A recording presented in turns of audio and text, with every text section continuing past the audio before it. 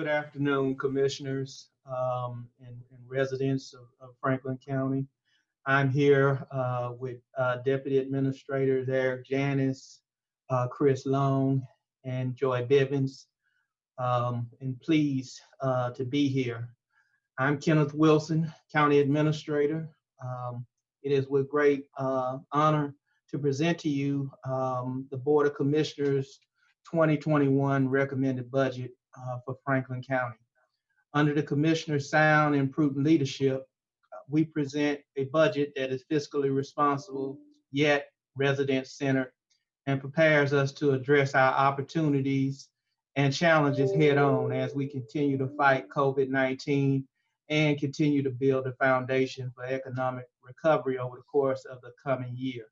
As you will see this afternoon and over the course of the budget hearings, the budget including funding for policy initiatives that reflect our commitment to every resident every day, whether it's creating pathways out of poverty, opening doors for the underserved in our community, promoting social and economic justice, and implementing life-changing programming in smart justice, community reentry, allowing for the creation of additional affordable housing units, preventing homelessness and evictions, or addressing the county's infrastructure needs.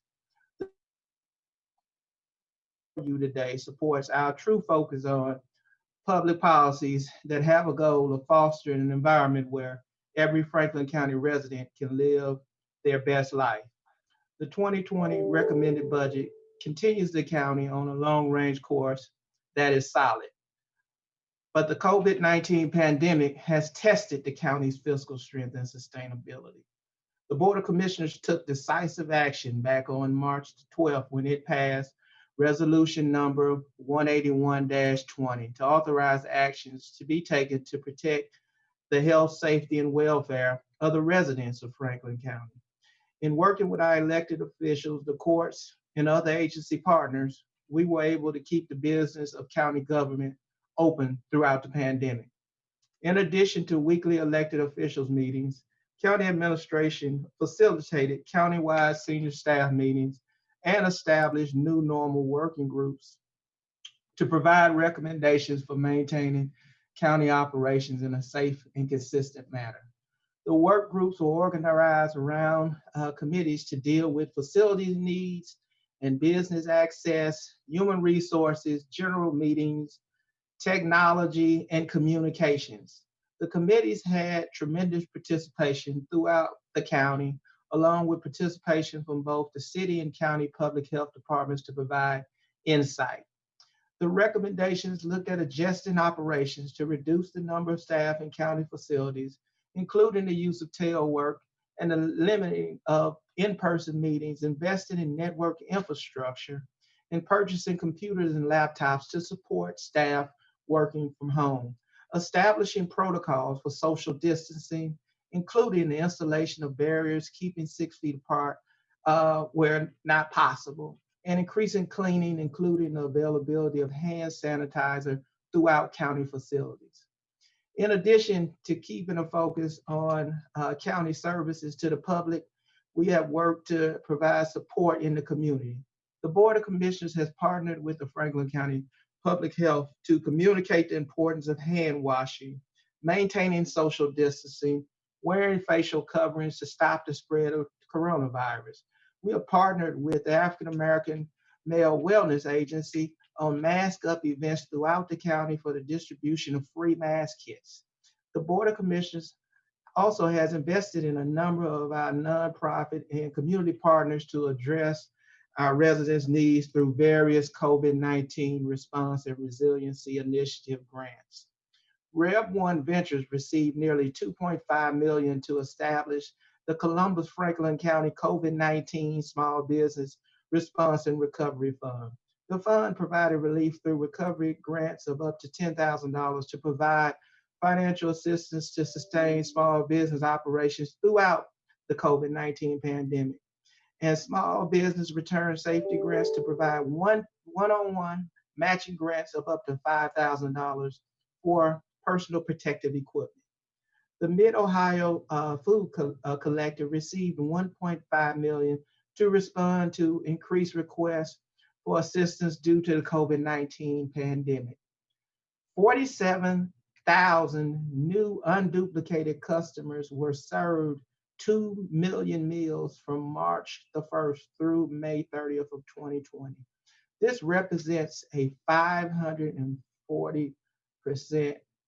increase in service demand.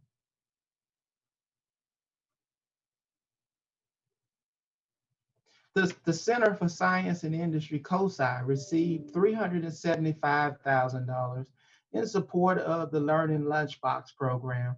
The program provides critically needed digital educational experiences and content in science, technology, engineering, arts, and mathematics, enabling Franklin County students to learn during the COVID-19 pandemic and in subsequent years. Children's Hunger Alliance works in partnership with COSI to provide free, helpful lunches for children to accompany their learning lunch boxes. This program has been recognized by the Greater Columbus Arts Council with a Community Arts Innovation Award. The funding from these initiatives has been provided through the Coronavirus Relief Fund, which was authorized by the Coronavirus Aid, Relief, and Economic Security, or CARES Act. Of the $150 billion that was authorized by Congress, the county received a direct allocation of $76.3 million. Through the end of September, the county has identified $58 million in costs, which represents 76% of the allocation.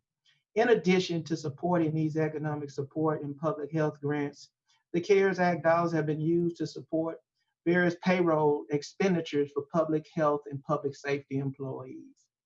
As a result of this federal support, the county was able to avoid a significant drawdown of general fund reserves during 2020. In the recommended budget, it is estimated that over $40 million of 2020 projected expenditures will be supported from the Coronavirus Relief Fund, avoiding the need to utilize cash balances in the general fund. However, based on current guidelines, this funding must be used by December 30th and is not available for use in the 2021 budget. As a result, the circumstances in which the budget was crafted required prudent budgeting that called for a 2.5% reduction in baseline budgets in order to reduce reliance on cash reserves, preserve service levels in critical health and human services agencies, and protect the county's stellar bond rating status. Despite these reductions, the general fund ending cash balance will dip in 2021 by approximately $31 million. This drawdown will be from cash reserves saved from prior years, and the county's rainy day fund will remain at $62.5 million. As an indication of the county's fiscal strength, the 2021 recommended budget includes a projected general fund ending cash balance of 37.6% of the total 2021 expenditures, and this keeps the cash balance in line with the highest levels of other counties rated AAA by Moody's and Standard & Poor's. General fund revenue in 2021 recommended budget is expected to be $461.4 million, which reflects a 9.9% decrease when compared to 2020 projections. In addition to the loss of revenue from the CARES Act, investment earnings are estimated at $14.4 million, which is $10.1 million or 41.1% less than the projected actuals for 2020 as a result of current Federal Reserve policy. The largest proportion of general fund revenue remains the sales tax, which comprises nearly 66% of general fund revenue.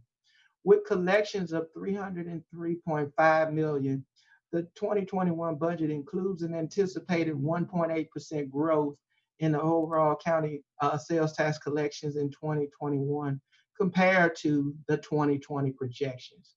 However, the sales tax revenue in the recommended budget is $10.5 million less than what it was included in the 2020 budget approved last December. It is not expected for sales tax revenue to rebound to pre-pandemic levels until 2022 at the earliest.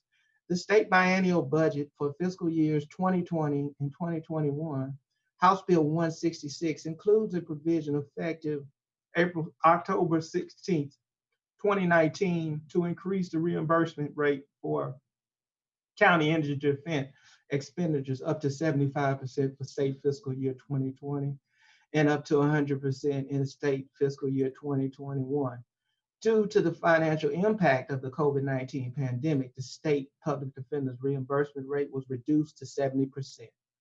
This did not have a significant impact on the county since the county agencies and courts agreed last year in the development of the 2020 budget to assume a 70% reimbursement rate based upon historical fluctuations. We would continue to urge the state to complete the process made in the last state budget to fully transfer the funding requirement of indigent defense services from counties to the state in the upcoming biennial budget. The 2021 recommended budget contains $492 million in general fund appropriations, which is $20.4 million or 4% less than the 2020 projected expenditures. During the 2021 budget process that began in May, the Franklin County Office of Management and Budget, or OMB, assessed the budget requests of every agency, office, and court within the context of the county's mandatory requirements, statutory duties, and demand for services. OMB reviews and suggestions were then used by county administration to develop the recommended budget. As a result of this analysis, the 2021 general fund budget is $8 million or 1.6% less than the total amount requested. The decreases in general fund appropriations from the 2020 projections are primarily attributed to the COVID-19 response grant supported by the CARES Act and reductions in salaries and wages and fringe benefits associated with the 27th pay that occurred in 2020. The 2021 recommended budget includes $5 million in contingency to meet unforeseen expenses during the year. This is less than the 3%, the maximum 3% that's authorized by the Ohio Revised Code. As is shown in the chart, $287.8 million or 58.5% of the general fund budget is allocated to the provision of justice and public safety. Of that amount, $162.1 million supports the operations of the Franklin County Sheriff's Office. Good afternoon, Commissioners. Chris Long, Deputy Administrator. The 2021 recommended budget for justice and public safety also includes $84.2 million in the general fund to support the operations of the courts and $35.3 million for criminal and civil prosecution and legal defense services. A new judgeship for the domestic and juvenile court will begin in 2021, and the recommended budget includes funding for the judge and necessary support staff to maintain effective operations within the court. Also included in the recommended budget is the addition of a civil protection clerk to address the increased number of filings. Between 2016 and 2019, the number of protection orders filed increased 34.6%. The addition of the new civil protection clerk is supported because timely protection of order processing is in the public's best interest.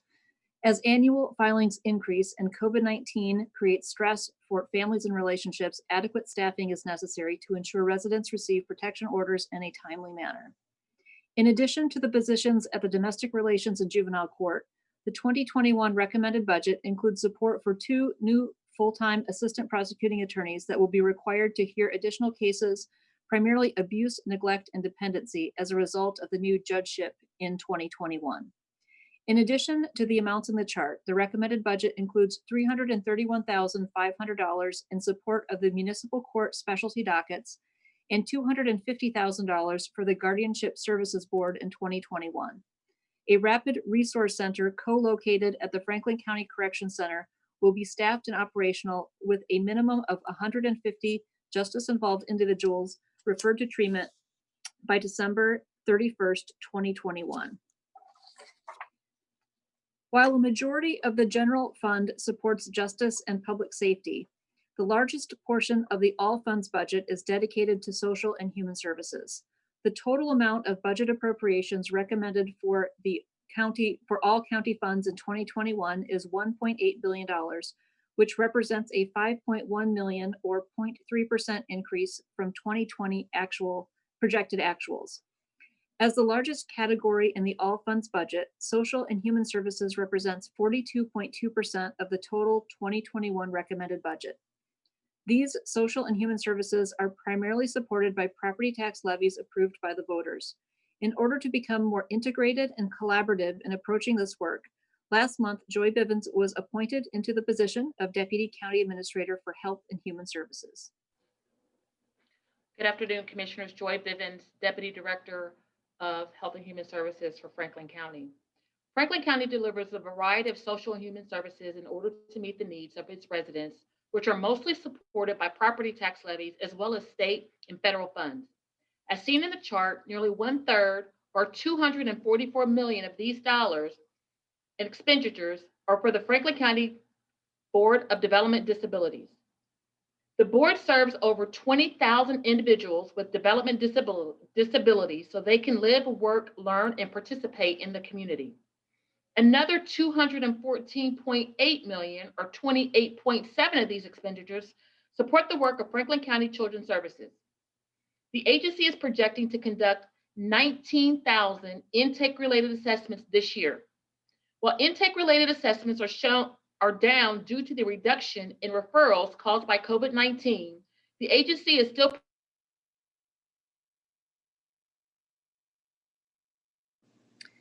Joy, you inadvertently muted yourself.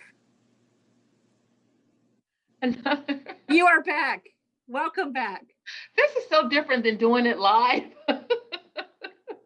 Another $106.5 million. I mean, you've only been doing this like a year now. You know, I mean, we've only been doing Zoom calls for like a year. And it had to be me. And he was waiting for this.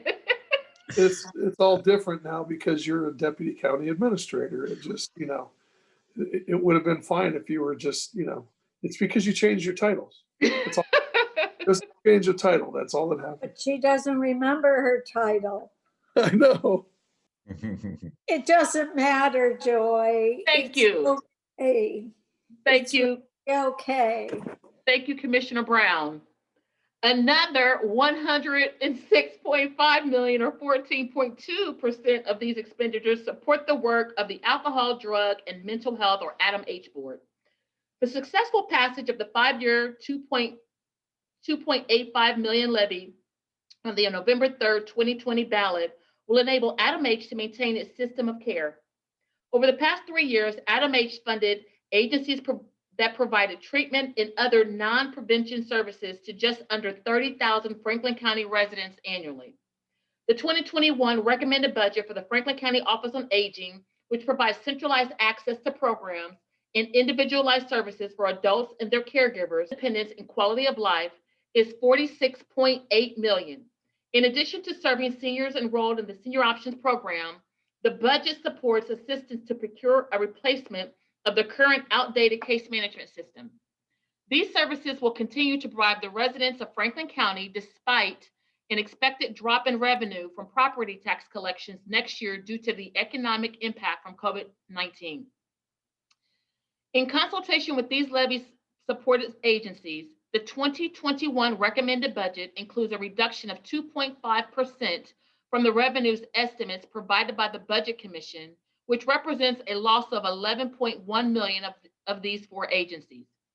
Also within the 2021 recommended social and human services budget are general fund dollars for a mandated share of $4.5 million for programs administered by Franklin County Department of Job and Family Services, a $3.3 million subsidy to the Child Support Enforcement Agency, and $12.5 million grants funded through community partnerships. Good afternoon, Commissioners. Eric Janis, Deputy Administrator. The next section of our message is serving, supporting, and uplifting all residents. In order to review the 2021 recommended budget in more detail, we will now highlight major 2020 achievements and planned 2021 activities of Franklin County agencies. Our first priority is to focus on our efforts on serving, supporting, and uplifting all residents. As Ohio's most populous county, our residents represented 11.3% of the state's population in 2019. Since 2010, Franklin County's population has grown by more than 150,000 people, or 12.9%, to now more than 1.3 million residents. There is little indication that this trend will slow over the next decade. While Franklin County has seen population growth and increasing opportunities, not everyone in the community has benefited. According to the U.S. Census Bureau, the poverty rate for all people in Franklin County was 13.4% in 2019. Even more distressing are the racial and other disparities. The poverty rate for African Americans is twice the county average, and 18.4% of all children in Franklin County are living in poverty. These numbers will only get worse as an additional 8 million Americans fell into poverty amid this pandemic. As the leading provider of social safety net services, Franklin County agencies serve many of the nearly 200,000 residents who struggle to make ends meet every day. Disrupting poverty in Franklin County requires a response from the entire Central Ohio community to bring residents out of poverty and to share in the progress. Our social service agencies will continue to be challenged to meet those needs. In June, Commissioners, you voted to establish a first of its kind family stabilization unit that will provide wraparound assistance while taking a tailored approach to meet the unique needs of each family, all through a social determinant of health and racial equity lens. The unit will collaborate with courts, primarily through the Juvenile Courts Truancy Intervention and Prevention Program, Board of Commissioner agencies like Office on Aging and Child Support Enforcement, as well as levy-funded social service agencies, including Children's Services and the Alcohol, Drug, and Mental Health Board, to create an integrated network of support for families. The unit also plans to incorporate a workforce development component for families that are unemployed or underemployed through a partnership with the Columbus State Community College. The Rise Together blueprint remained in the forefront of 2020. And if anything was elevated in the midst of this pandemic, the commissioners continue to take a direct action to support the 13 goals and 120 action steps, including funding a first of its kind school-based health center at Whitehall Yearling High School, a partnership with Heart of Ohio Family Center.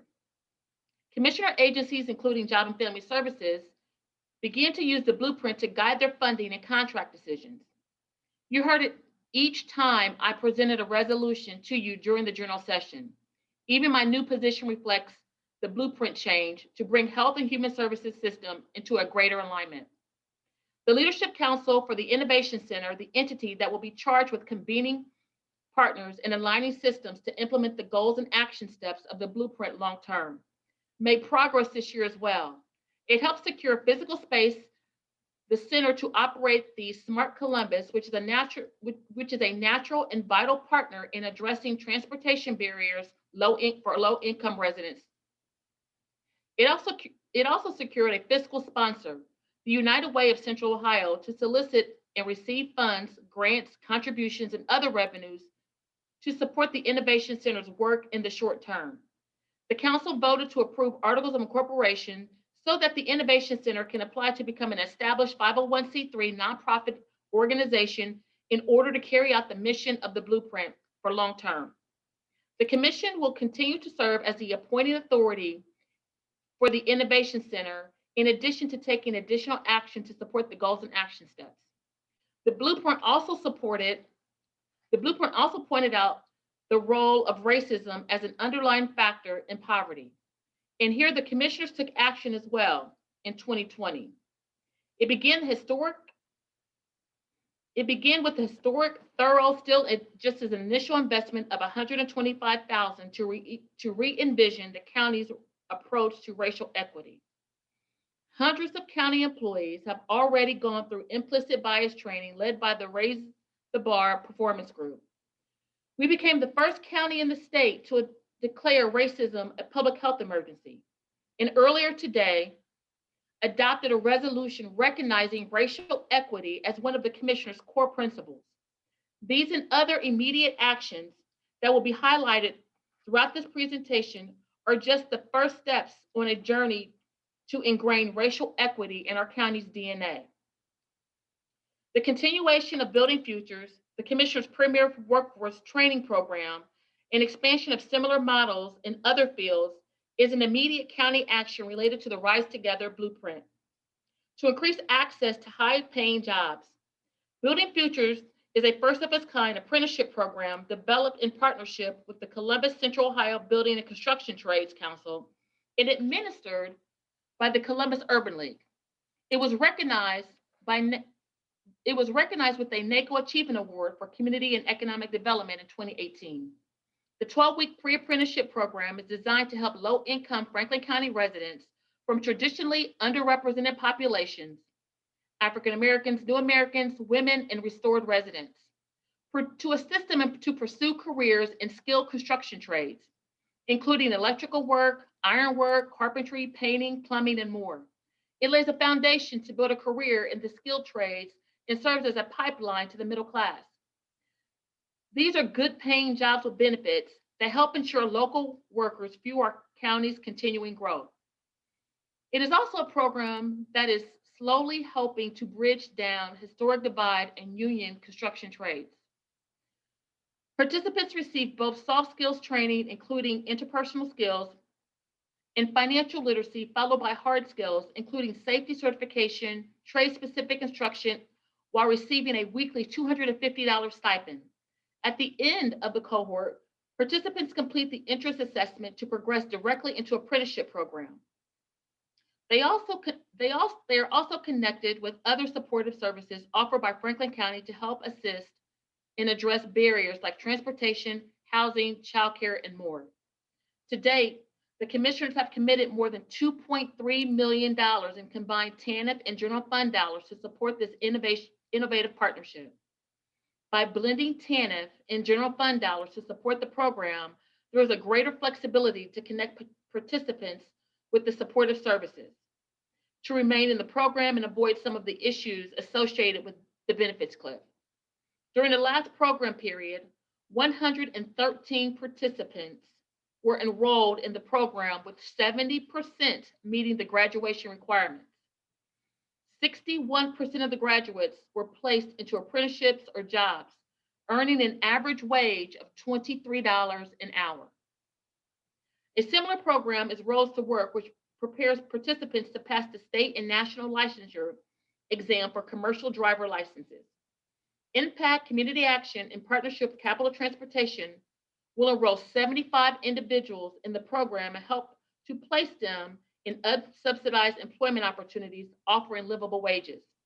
During last program period, 75 participants were enrolled, with 84% graduating from the program. Many of the graduates have secured employment, earning an average salary of $50,000 a year. These are two examples of programs that the commissioners are committed to funding that align with goal number 3 of the Rise Together blueprint, increasing access to relevant training and credentials that meet local demand with employer commitments. Both the Franklin County Board of Health and the Board of Commissioners declared racism as a public health crisis earlier this year, and as such, racism as a root cause of poverty, resulting in disparate outcomes in health, education, employment, housing, and criminal justice. The 2021 recommended budget also includes continued support to Franklin County Public Health to support the Associate Director of Equity and Inclusion to address health disparities and advance adoption of the Health and Equity in All Policies policy. The budget includes funding to support the first ever Franklin County Office of Diversity, Equity, and Inclusion within General Services Purchasing. The Chief Economic Equity and Inclusion Officer, Keena Smith, will work on a number of initiatives over the course of the next year, such as advancing the work of the Franklin County Equity Alliance. Franklin County continued its commitment to expanding access to high-quality, star-rated early learning programs for low-income families throughout the year. That included continuing to offer free training to help state licensed childcare providers meet the state Step Up to Quality early learning mandates, which went into place this year. Franklin County Job and Family Services first began offering training in earnest in July 2018 and provided online options for the onset. That move paid dividends this year, as they were ahead of the curve in the spring when the pandemic made virtual meetings the new norm. To date, more than 1,000 early learning professionals representing just under 500 different centers and home care providers have completed the training. The commissioners have provided over $3 million in support for these unfunded state mandates since 2015. The free online training and one-on-one assistance for providers is the centerpiece. But it also has gone toward research and targeted digital outreach as paid media and grassroots community outreach. We've seen marked shift in the community perception around Step Up to Quality, with favorable rising 12 percent points from 31% to 43%. Support for increased public funding in high quality early learning programs also rose from 63% to 70%. In last year, JFS also partnered with the National Center for Urban Solutions on the Calling All Dads initiative, which trained fathers to serve as early learning ambassadors who reached out to childcare providers in their communities to encourage them to get star rated and connect with the resources to do it. I don't want to steal the thunder from JFS testimony, but it is suffice to say these efforts paid off when we as a county reached the Step Up to Quality deadline in September. And while the pandemic has highlighted just how essential childcare work is, it also created a new challenge for providers. Things like reduced teacher-child ratios, smaller class sizes, new sanitation protocols. Thanks to a joint allocation from the commissioners in the City of Columbus, JFS was able to create the Child Care Recovery and Stabilization Grant, which offers Franklin County child care centers and home-based family providers that meet the eligibility requirement have the opportunity to request grants up to $24,000 and $7,500 respectively. As of Monday, they have approved over 320 applications for a combined total of $5.4 million in grant awards. These efforts will ensure that children in our community are receiving the highest quality childcare and their parents are able to continue working with the peace of mind of knowing their child is in a safe and clean environment. Commissioners, Franklin County is also maintaining its commitment to the goals of Rise Together through community partnerships and the Catalyst Grant Initiative. Community Partnerships has undergone a number of changes this past year in order to create funding opportunities for both current and new grantees throughout the county.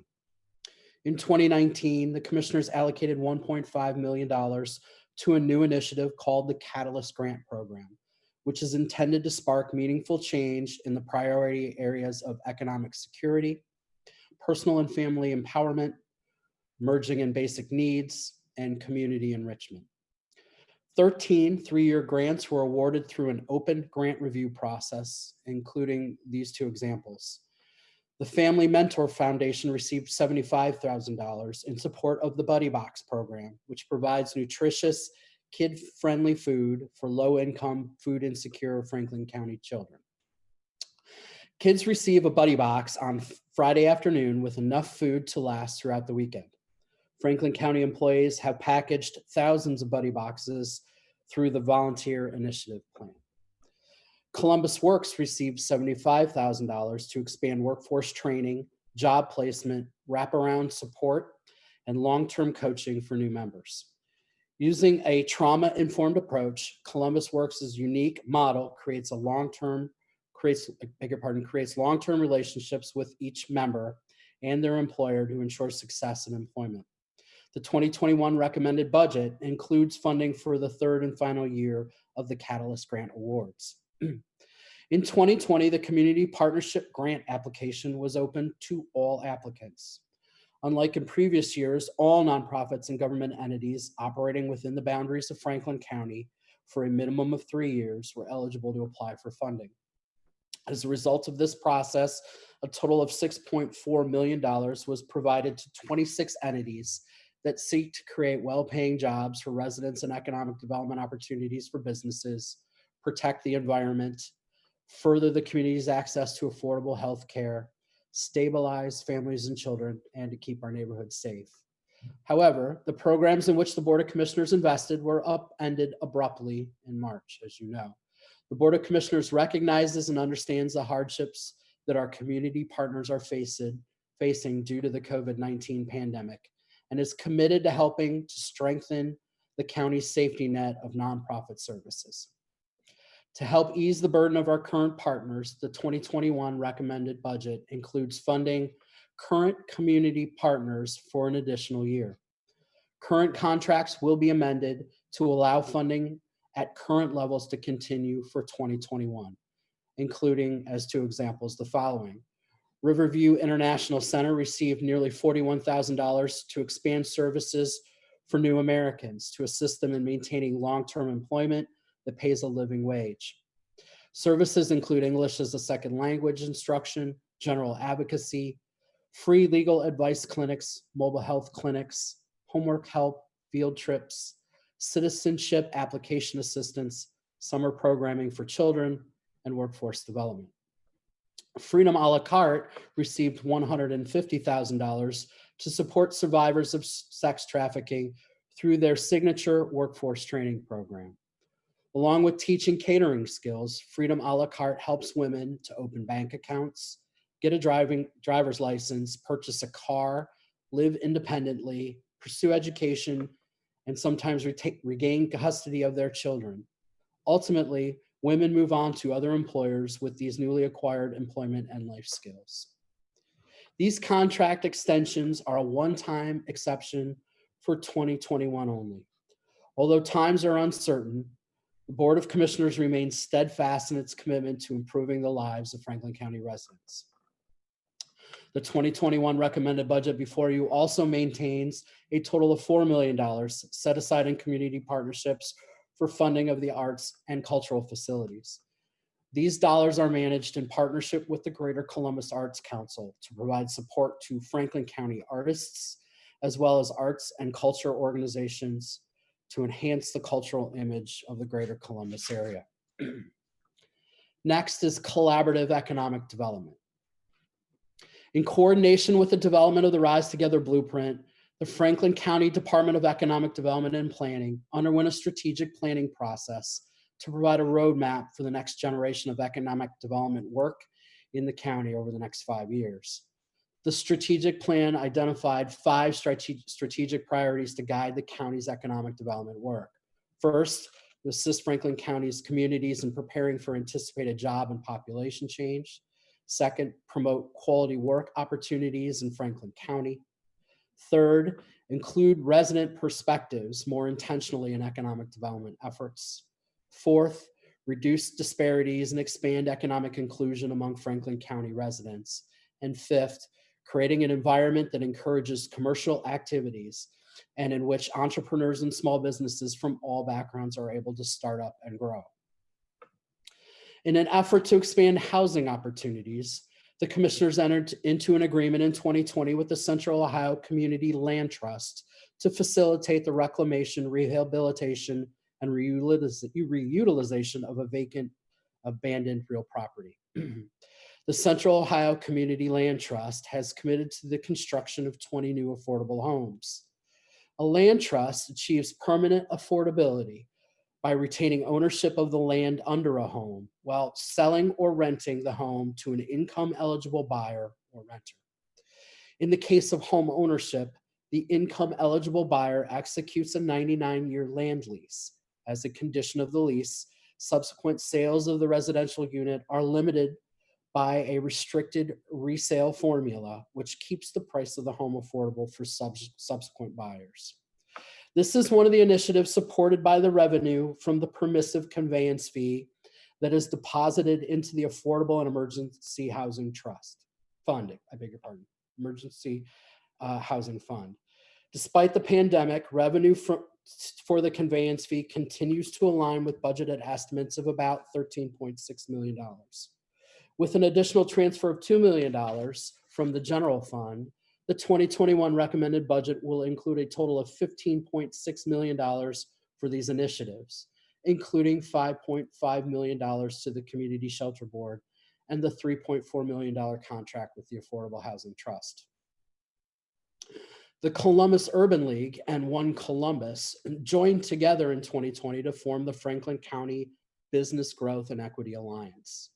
This partnership will focus on implementing economic equity and shared prosperity strategies that improve successes and outcomes for African American businesses diminished historically by systemic racism, and more recently, the disproportionate detrimental impact of the pandemic. In support of these efforts, the Board of Commissioners provided $2 million in CARES Act funding to establish the Franklin County Community Equity Fund to respond to the urgent need for business stabilization resulting from COVID-19.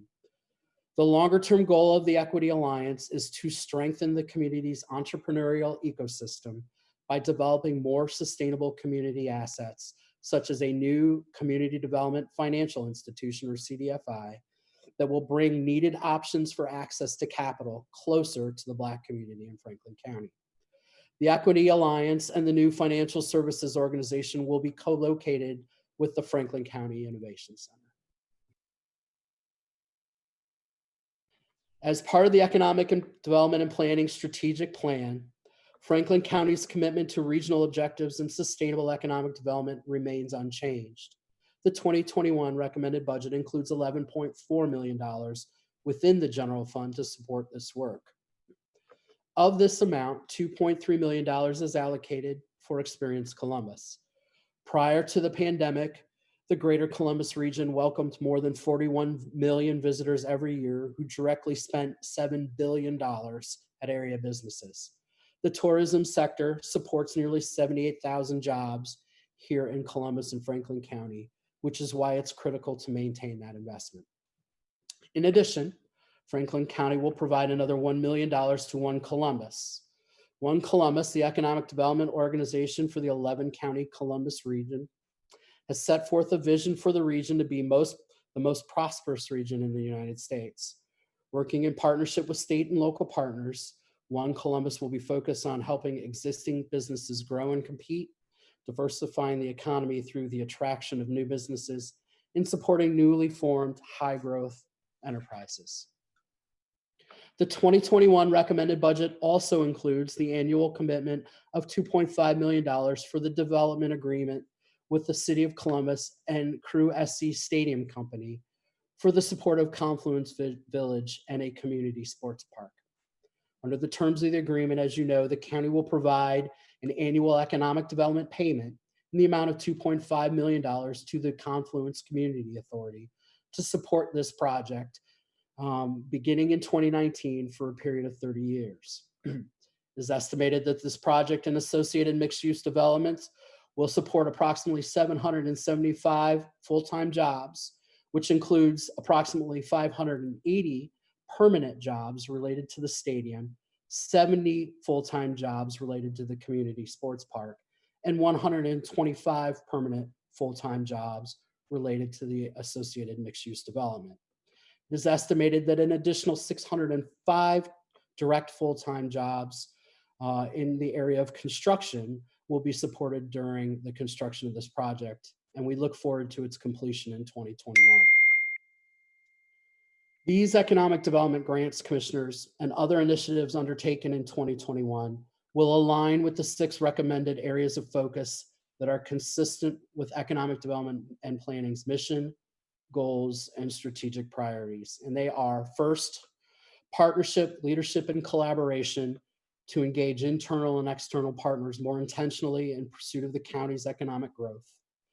Second, reconfiguration of the SmartWorks program, including an expansion of infrastructure works, transitioning energy works, reallocating people works resources, and establishing partner works to report on progress towards county priorities from funds provided to our partners. Third, financing tools and incentives that build on the current approach to maximize the potential for incentive programs to accomplish the county's intended objectives. Fourth, playing a meaningful role in the small business and entrepreneurship ecosystem to fill gaps and provide regional leadership by actively engaging with other initiatives around inclusion and diversity, including a bigger part among small businesses and rethinking the county's approach to small businesses. Fifth, leveraging the Rickenbacker area through policy innovation with a comprehensive economic development and community development approach that thoughtfully addresses workforce mobility, transportation, and housing issues. And finally, leading Franklin County's response to the region's affordable housing challenge, as highlighted above, including housing policy and advocacy. Commissioners, the next section highlights smart justice and community safety.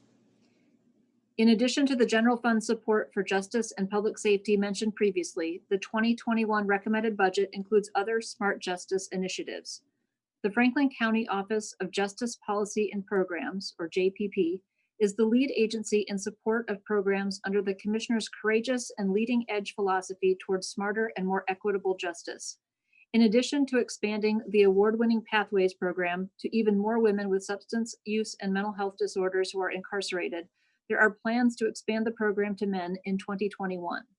JPP will focus on target populations who are impacted by incarceration in the county, such as engaging families with minor children who face the trauma and stigma associated with incarceration, as well as the aging population who are incarcerated and re-enter the community. In 2021, there are plans for expanded support for LGBTQ residents who are incarcerated, returning from incarceration, and who have mental health or substance use disorders.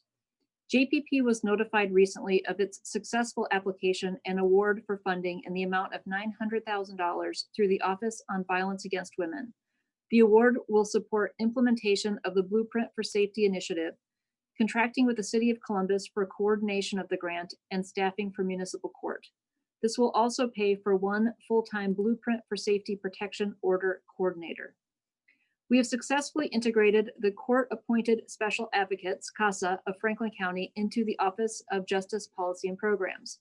As you know, this will ensure the long-term viability of this organization and will allow CASA to focus on recruitment, training, and support of volunteers for services as guardians ad litem to abused and neglected children in Franklin County Domestic and Juvenile Court. Families in Franklin County continue to be impacted by the opiate epidemic. According to the Franklin County Coroner's Office, there were 597 drug overdose deaths in 2019. The number of lives lost to drug addiction increased by 14% from the year before. However, as the Journal of American Medical Association recently pointed out, while the nation struggles to manage with COVID-19 pandemic, another wave is building with rising rates of mental health and substance abuse disorders.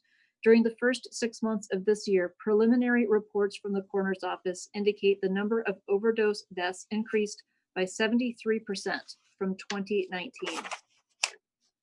To address this, the 2021 recommended budget includes support for a full-time overdose investigation and intervention specialist position. This new position is necessary to meet the operational demands required for performing quality overdose investigations and will be fully funded in 2021 by the Overdose to Action Grant. In 2019, the commissioners approved the agreements and contract for the new case management system project. This multi-year project will consolidate 18 county systems and provide upgraded public access to court documents for the Clerk of Court's office, Court of Common Pleas General Division, Court of Common Pleas Domestic Relations and Juvenile Division, Probate Court, and the 10th District Court of Appeals. The purpose of the project is to create an integrated, secure case management system that provides reliable, efficient, and accurate results to the public and increases the residents' access to justice.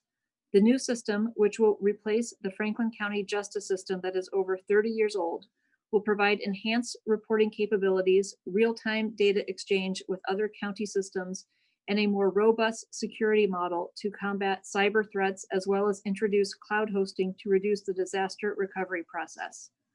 The 2021 recommended budget includes $3.3 million to assist in the implementation of the new case management system.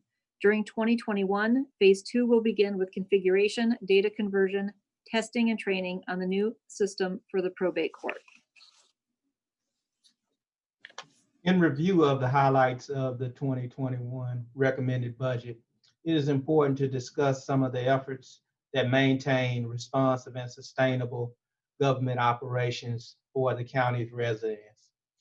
Without our employees, the commissioners would be unable to sustain their commitment to serving, supporting, and uplifting all the residents of Franklin County through a lens of respect, cultural sensitivity, and human-centered care. As county administrator, I truly value and appreciate the many daily contributions of our county employees. This has especially been true during the COVID-19 pandemic. Our employees have been on the front lines every day since the beginning of this crisis in March, providing excellent service to the residents of Franklin County in a much different way than they have ever been asked to work during their careers. In order to help our employees during this pandemic, the commissioners authorized providing 80 hours of flexible wellness leave to use through July of next year. Understanding that Franklin County's success depends upon our ability to attract and retain qualified and committed individuals, the 2021 recommended budget includes a number of initiatives that are intended to improve employee engagement. In 2021, the commissioners will continue their participation in the CODA Downtown CPAS program, which provides a CODA transit pass for each employee as a general benefit at the county. The commissioners remain committed to pay equity through the Columbus Commitment, an initiative of the Columbus Women's Commission that calls on employers to take action to promote gender and race-based pay equity.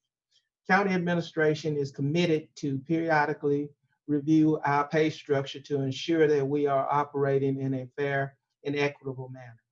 Employees are encouraged to participate in professional development opportunities, such as training programs through the Human Resources Department Office of Learning and Staff Development, tuition reimbursement for continuing undergraduate and graduate education, emerging leaders programs, the John Glenn College of Public Affairs Management advancement for the public services seminars at The Ohio State University, and the National Association of Counties High Performance Leadership Academy. The Franklin County Health Improvement Program is working due to the efforts of all employees and their families. These efforts have resulted in a 0% increase in healthcare for 2021. Therefore, no increase in the employees' cost share on healthcare premium. All employees should be applauded for your efforts that continue to make the Franklin County Cooperative one of the best county healthcare programs in Central Ohio. The health plan is in a very favorable position right now, and we are doing much better than the national trends in medical expenditures. It's always exciting to see active participation of our members in a variety of wellness activities, such as preventive health screenings, the record-breaking participation in the Thrive On virtual 5K run walk, and new programs such as Weight Watchers Reimagined. We're going to offer more fun ways to contribute to better health and earn additional financial incentives in doing so. We will not rest on our successes because better health improves the quality of life for our employees and their families. Your best and most important project ever will be investing in creating a better you. As part of the Rise Together blueprint for reducing poverty, the commissioners have committed to a series of immediate action steps, beginning with training and a community discussion on the role of race and racism in poverty and internal review of county policies. The 2021 recommended budget continues this work with the creation of a diversity, equity, inclusion administrator housed in human resources that will establish and lead the Racial Equity Council which will advocate for an inclusive culture that inspires an exceptionally diverse and talented team. The council will set measurable goals to advance diversity, inclusion, and equity in our workforce while embracing differences, encouraging conversations, and raising awareness. Activities and results will be reported to county administration and, of course, to each of you as commissioners. In closing, the budget we present today places Franklin County on a path to ensuring that every resident's needs are met on the fundamental social, wellness, economic, and environmental levels. As a result of the Board of Commissioners' visions and actions, the 2021 recommended budget maintains the county's strong financial position while providing for innovative programming to enable all residents to share in the progress and the growth of our community. As highlighted in today's discussion, we cannot achieve success without collaboration with other governments, nonprofits, the faith community, and businesses to address poverty, increase access to quality childcare, ensure an inclusive economy, implement smart justice initiatives, and sustain our infrastructure. We appreciate the many partners who offer their time and talents to collectively address our challenges and identify the opportunities to make our community even better. You are part of the reason thousands of new residents choose to call Franklin County home, their home each year.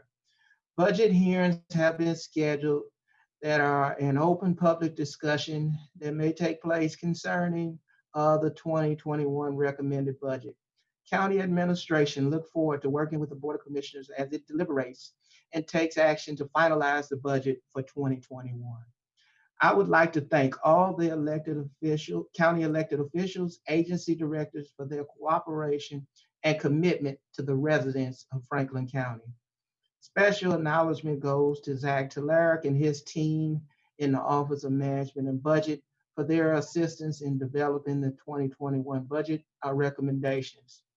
The Office of Management and Budget has made some very constructive changes in this year's budget brief document that I hope you will find the format cleaner and more focused upon the performance measures that are the most impactful.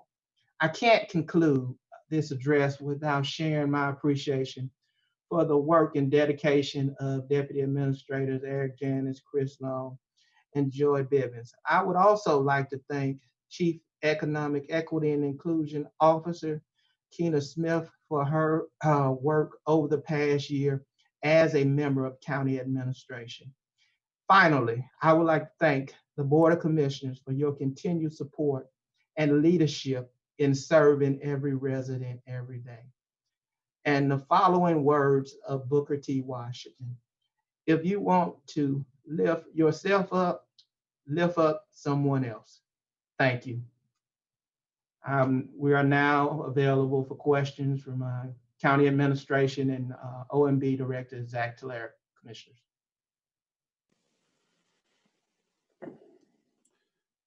All right. Do my colleagues have any questions for county? I don't have questions. I have a comment.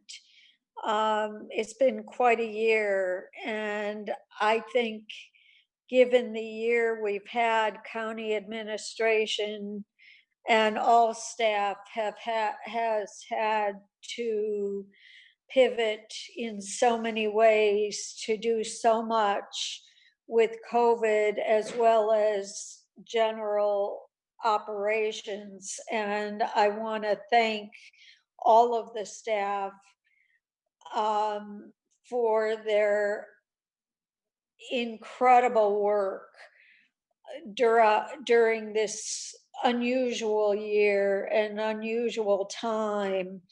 This has been a year like no other, and honestly, I don't know what we would have done had we not had such an unbelievably professional team throughout county government. And we often say we have the best team around, and it is absolutely true that we have the best team around anywhere.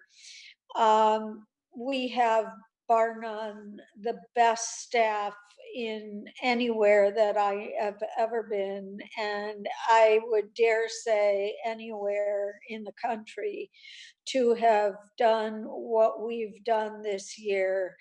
And next year, I know we're going to have a difficult year. We don't know when we're going to get control of this virus, and we know our budget is going to be tough next year as well.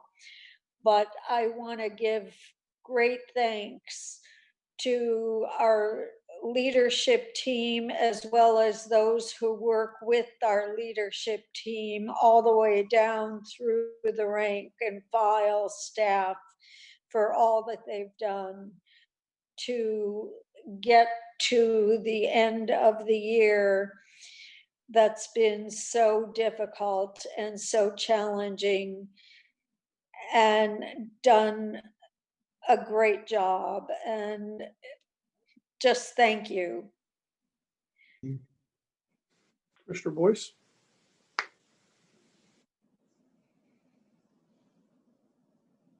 You're muted. You're muted, Commissioner. Yeah, I echo some of the comments that Commissioner Brown said. It's been a tough year, and quite frankly, my personal opinion is that next year could be even tougher. You know, that we've got still ways to go, and so you know, we can only be in this together, and so you know, we're all going to experience what we experience, and so I think it's important. I think it's even more important that this budget, 2021's budget, is all that more important, that the decisions that we make are so much more tactical, so much more strategic, so much more impactful, that, you know, this process, we have to, I think, stretch our perspective and thought a little bit, and really rethink, you know, as Commissioner Brown was saying, it just hasn't been a normal year. So, and if next year's not going to be normal, then we have to think of our budget in the same way. And so my line of questioning is really rooted in, you know, you all know, that's a lot of information to take. You know, and so, you know, to just get it all and then have to sort of respond back with questions. I mean, I probably have 1,000 questions, but we don't have time for that. So I'm gonna zero in on a couple. Why are you laughing, Administrator? You two got 1,000 questions. So I'm gonna zero in on just a couple, and then I can work with the respective people through my office so that I don't take up all of our time on just every 9,000 questions that I might have. So, but I do want to focus on a couple of questions. One, you know, we just made this very substantial declaration today around racial equity, and so let me just zero in on the racial, the equity inclusion work that we're doing. What is the budget for that office? And I think it was Deputy Administrator Janice who was presenting the budget, or the overall sort of strategy in some of that area, where you talked about the Business and Growth Equity Alliance and some other work. Is that work coming out of our Office of Equity and Inclusion? And then what is their budget for that work? Because it's such a substantial part of our, you know, DNA, county DNA, I guess, or value set. Can you give me a little more background on what we're doing there? Kenneth Wilson, County Administrator. As a part of this recommended budget, that work has been transferred under General Services Purchasing, the Office of Equity and Inclusion. It was established, and the Chief Equity and Inclusion Officer position is housed in that budget, as well as the Small and Emerging Business Coordinator and the Franklin County Small Business Growth Inequity Alliance work will be funded out of that office. Director Taleric, could you speak to the specific dollar amounts that were transferred and are operating out of that office base amount? Yeah, County Administrator, Commissioners, the amount that was allocated for the new Chief Economic Equity and Inclusion Office is $378,139, and that includes just for the operational cost and the staffing. In terms of some of the other dollars, I think as we work through the budget during 2021, we'll be working with General Services Purchasing to kind of allocate that within its own program so we can better identify those dollars throughout the different entities in terms of different grants as we can kind of consolidate that work together. So, and I don't want you all to take this as a criticism. I mean, we're all in this together. I'm criticizing myself, I'm criticizing you. So, but you can't have, a racial equity office that doesn't have a budget. That's kind of what a lot of organizations do. And I'll just tell you, you get people, a lot of companies have hired a racial inclusion officer or director or whatever, and then they don't give them any programmatic dollars. They don't give them any sort of, budget or resources to really, quote unquote, do the work.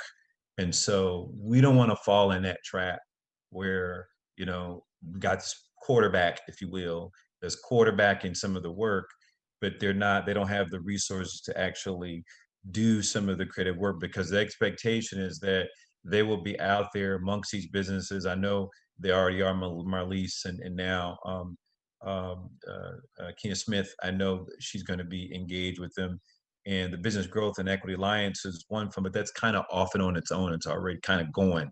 And so I want us to at least be thoughtful about, and they may not even know what they're going to do with it yet, but I want us to be thoughtful that we've got money going towards the work, the programmatic side, so that they can do some things. And I don't know how my colleagues feel about that, but that's my perspective. I can tell you, in the conversation around equity and inclusion officers as they go nationally, this is the criticism.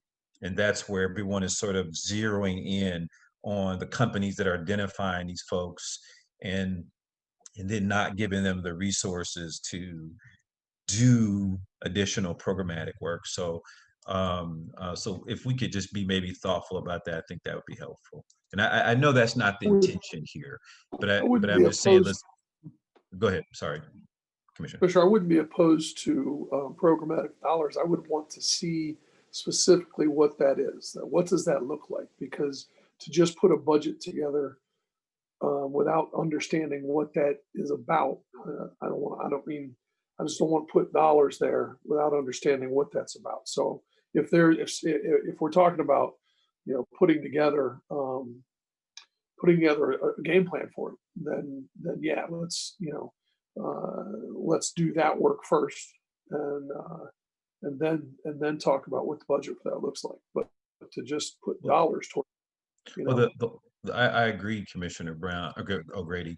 The only thing I would say is that I feel like when we adopted the resolution, embedded in that was a lot of work that we're saying that we're going to get at. And I know we are in different ways, maybe indirectly, but if that's the office and the person and the people that are sort of set up to get it, I'd just like to see it. I'm saying I agree with you, but I'd like to see that sort of all aligned somehow in the budget. And so maybe, Administrator, we can just think that through over the next couple of weeks and maybe connect the work from the resolution maybe with some of that office work and just kind of smooth it out, if that makes sense. But I agree with Commissioner O'Grady. And I would agree with Commissioner O'Grady as well. I don't want to see a budget just given over to any department without a plan. And I don't want to see redundancy with another department.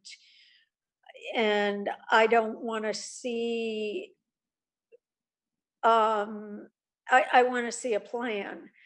I really want to see what the office is charged to do in specific before I'm willing to give over a budget and I haven't seen that yet. And This if is- it's Yeah, that's a good redundant point. to what's already happening, I think we have a problem. And I just want to know where know we that- are. And I know That that makes Ken sense. has been thinking about this for a while. I mean, we didn't just create this position, create these positions just because. I mean, I know that Administrator has thought about this for some time. So, you know, let's Yeah, let's not just create, to create. Let's give this, put this together. And the other side of this is that, we can, I know there's dollars there. Doesn't have to be rushed. Let's give this some thought and some time. It can happen all in due time. as I agree. I just would add, there are these entities that are starting up now where they're nationally, where they're evaluating these offices of inclusion. And one of the things that they're evaluating them on is direct allocation and spending. And I'm just saying, I hope I don't want us to get caught up where we end up, certainly Franklin County, all the work we've done, we don't want to end up in one of these rating systems where we can't make the connection for the work. So I think we're on the same page. I would say And- you're correct. You're correct. You're very right, Commissioner Boyce. But we do one or two things. One is we are very purposeful in this work. We've been very purposeful in this work for some time now. Number one. Number two is we're also very purposeful in our budgetary concerns. We've always been very purposeful over the years for a decade and a half that I know of now. Franklin County's been very purposeful in his budgetary concerns. And I think that there's probably some entities out there based on what's been happening culturally over the last few years that are probably throwing together offices of diversity and inclusion because, it's the thing to do right now. And they're probably putting less time and effort and thought into this than we are, and that we have been. And so I think that this is, I'm very comfortable with the idea that we are and have been well down this road. And I'm very confident that we have, a thought out process here, and that I think we'll be fine. It's just a question of, Commissioners, of timing. Commissioners, this is Kenneth Wilson. We are going to be very intentional about our actions through this office because we clearly didn't come to this point just to check a box. We've been working towards many initiatives during this pandemic, like we worked with the Urban League and others and set up initially the Small Business Resiliency Fund. And then that led to the Equity Fund, which we are, through our advocacy efforts, hopefully we have additional funding to help small businesses in 2021 through that Equity Fund. And the Office of Equity and Inclusion will be working closely along with that office. We will put resources forward to amplify the effort. Like before we even close this year out, we're planning a virtual diversity and equity conference. So we will be intentional. You will see actions because, as was discussed this morning, just in the racial equity core principle, there are two of those items that are action oriented. The first being increasing opportunities for minorities in hiring and promotional opportunities. And then the fourth point is increasing contracting and business opportunities for minorities. The only way we're going to do that is through concrete actions. And those actions are going to require appropriations. And then next I will say is what I think is different about Franklin County's approach, what has been recommended and what you all have approved is we are addressing equity and inclusion on 2 tracks. The business of Franklin County, meaning contracting, procurement, securing the most diverse parties possible for the goods and services that we seek.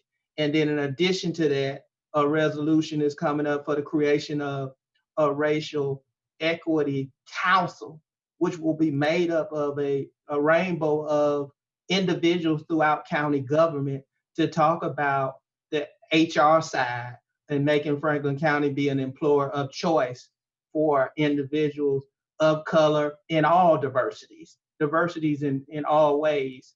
And we will hear that testimony out of that office, which will have a budget, and we have a DEI administrator just working on the human resources side and the benefits side of Franklin County as an employer. I think that's all great, but even those, the convening and the council, there's all of, there's a cost to all of that. And so I guess what I'm saying is that I just think you laying out what I think sounds like a budget and a plan, but it's not in here.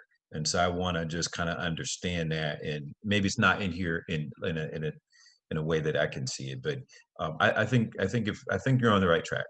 And so I'm happy to hear that. And I had to be honest with you, I've not had any conversations with the equity and inclusion folks. It's just my perspective, and having been a little connected to this work outside of the county, to the national level, that is, and no offense to us, but everybody's kind of saying this stuff. They're saying, well, we're doing this, we're doing that, and they're still getting F ratings. And I just don't want to end up in that position. So, and I don't think we will. Let me, can I move on to my second question to that, if you don't mind, Mr. Brady? Thank you. Please. So the Business Growth and Equity Alliance Fund, I know that initially, if I recall, it was funded with an initial batch of dollars from CRF funds. Is that correct? Yes. And so for next year, what are we putting in that, and where does that money come from? Because I didn't hear you say the actual number for that one for 2021 and where that money's coming from. We have some administrative support dollars to support administrative and anticipated legal expenses associated with setting up the CDFI under the Franklin County Small Business and Growth Alliance. So how much is that? 50,000, I believe, is the number that's in there. And so that's the whole budget for the Growth that and is Alliance not for the Fund? grant loans. We didn't. Okay. There's not a general fund allocation to refortify that. We are going to continue that work. We are in conversations with private sector partners to hopefully secure private sector dollars to accompany public sector dollars if we are able to successfully get additional CARES Act funds. But I just want to be clear, Administrator, because I want to make sure I'm clear.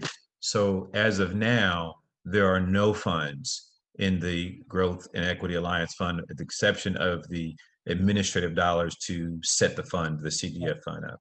That would be correct. Okay. So yeah, again, I think that's an area where we maybe need to be thoughtful and think about that, given the resolution that we just passed and all the content in it. So I just throw that out there. We can come back to another time. I don't want to take up your time. I got one more question that's really important to me, and then I can follow up offline. And again, I think might have been you, Deputy Administrator Janice, but I think you did the presentation on the Community Partnership Fund. Is that correct? I did. You mentioned, I think, because everything was going so fast. So if I get this wrong, forgive me. But I think you said you all are going to allocate this year the same amounts as you did, or 2021, the same amounts you did in 2020 to the same agencies, because you didn't want to lose the sort of work in let me see if I wrote a note here. I can't remember how you said it, and my handwriting stopped because you guys were talking fast. But it seemed like you were saying you were going to reallocate the same amounts to the same recipients for 2021. And my only thought about that, Deputy Administrator and Administrator, would be, and my colleagues, would be that I actually think the opposite of the partnership fund. I think we should reevaluate the agencies for 2021. I think we should have a process because we just don't know. The needs are shifting by the day. They're shifting by the week. And so I think, yeah, those agencies are all great that you highlighted, but I'd be concerned that that's the beauty of the partnership fund, is it allows us to address the need of the day, if you will. And it allows us to sort of rethink those dollars as we need to. And I really think, given, it's great that there's a vaccine starting to surface, but you're still talking about at the minimum of a half a year of distribution and circulation, and trying to slow down the virus. So in the lag of everything that we dealt with this year, we'll still be dealing with. So I'd like room to actually have some flexibility to address some of the challenges rather than just simply re-up on the agencies that are so deserving, but might be a little more flexible even on their own shift, because we're all trying to get through. And if there's another agency that needs those dollars, I want to have the resources to at least consider it.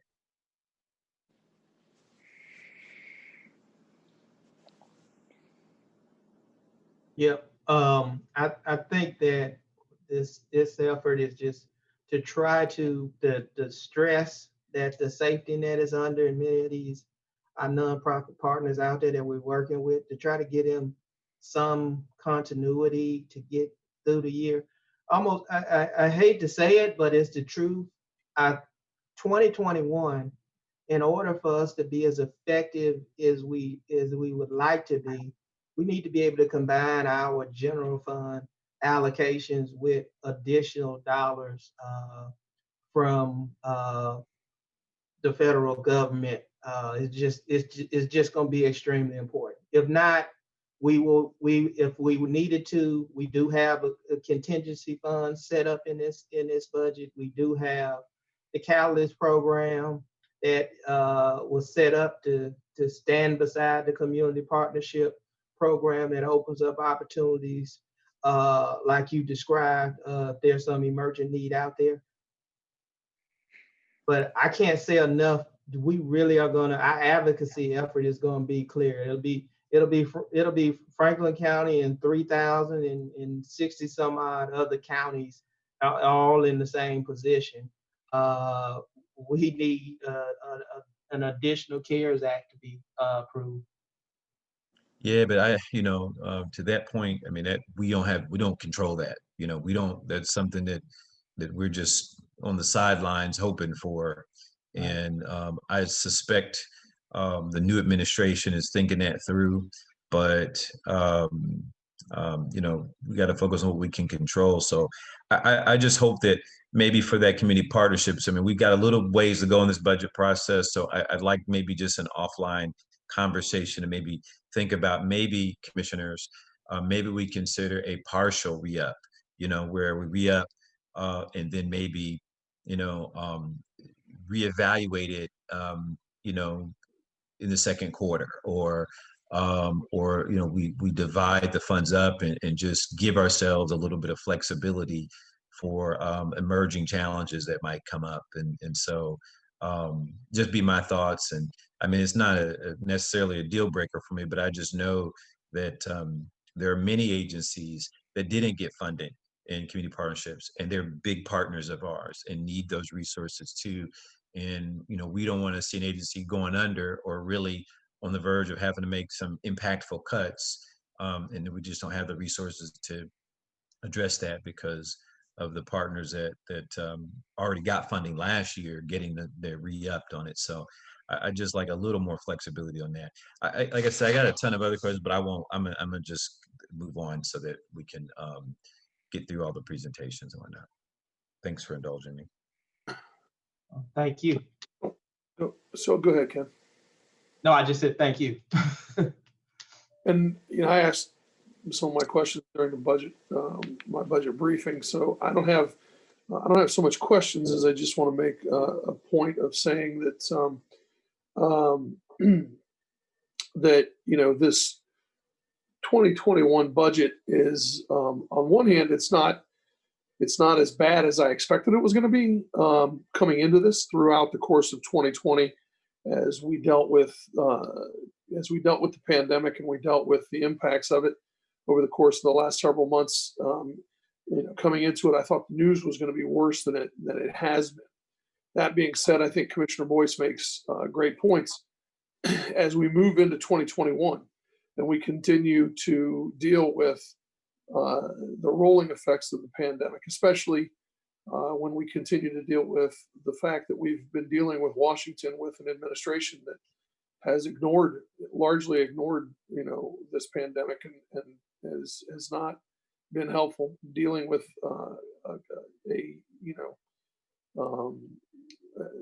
United States Congress, United States Senate, United States Congress that has not been willing to work with us to pass a second package of relief here to, so far. Hopefully we'll get something done here as we move forward. Because as you said, Administrator Wilson, we're going to need some more federal dollars, and it's not just us saying it.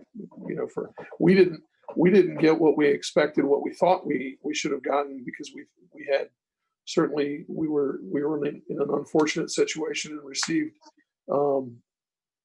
the short end of the stick on the formula the first time around in the CARES Act funding. But now, as we go forward, we need to have some cooperation on another round of funding that comes out of Washington. And so 2021 is going to be critically important by the way, because of the pandemic and the travel restrictions that we have, travel ban that we've implemented on ourselves, but simply, just travel restrictions in general. NACO is not going to have their legislative conference this spring, and so we're not going to be going to Washington. So it's going to be even harder. We're going to have to continue to reach out to our delegations. We're going to have to continue to work with NACO and work on legislative issues, work on these type of things with our staff here locally, in Franklin County. But we're going to have to work with the NACO staff and work with our colleagues around the country to try to make these things happen. And so this is going to be even more critical and more important, and it's going to have major impacts on our budget going forward as we try to spend next year planning for the 2022 budget. And so Commissioner Boyce is absolutely correct in that 2021 and the financial ramifications, the 2021 budget's impact on the 2022 or 2021 economy and the 2021 activity going into the 2022 budget is going to be a big issue for us. And so we have a lot of hard work ahead of us, a lot of difficult weeks and months coming up. And so there's a lot of hard work and a lot that goes into these coming weeks and months over the next several months ahead of us. And so we have a lot of very difficult decisions. So it's great that we have such a fantastic staff, as Commissioner Brown has indicated. It's great that we have so many people who have been down this road before, including the three commissioners. Commissioner Boyce wasn't with us 10 years ago, but he was at City Hall, and he has experience at the State House in state government through these issues.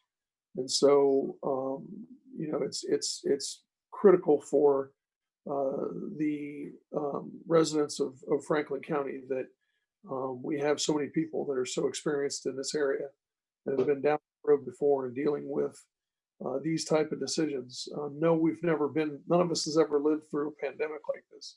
but we have lived through these type of difficult financial decisions. We have been together, many of us been together through these type of financial decisions. And those of us that haven't been together, we have been in these type of positions and had to make these type of difficult decisions before. So the residents of this county are in good hands. And we have great resources. Our financial partners, our law firms that we deal with, our bond counsel that we deal with, and the resources that we have with our friends at City Hall and our friends in the county treasurer's office, our financial management firms. We just have great resources and great advisors and a wealth of knowledge. And so, we are in great position. And while the difficult decisions and difficult times ahead, we are in a great situation here in Central Ohio. So thank you. Yeah, our foundation is still strong, even though we've been through uncharted waters to even get to this point. But we don't exist alone. I think it has been stated, our community partners are also important to us, and we want to see them be able to thrive and survive through this as well, because of the vital services that they receive. And when I speak of a CARES Act, I speak of another CARES Act on that basis, not the basis of running Franklin County as a government. Due to the strong leadership and your prudent use of dollars, we are built to be able to maintain providing the services to the residents. But it's those other things that occur in our community that is where the strain comes from, not through the management of Franklin County as an enterprise.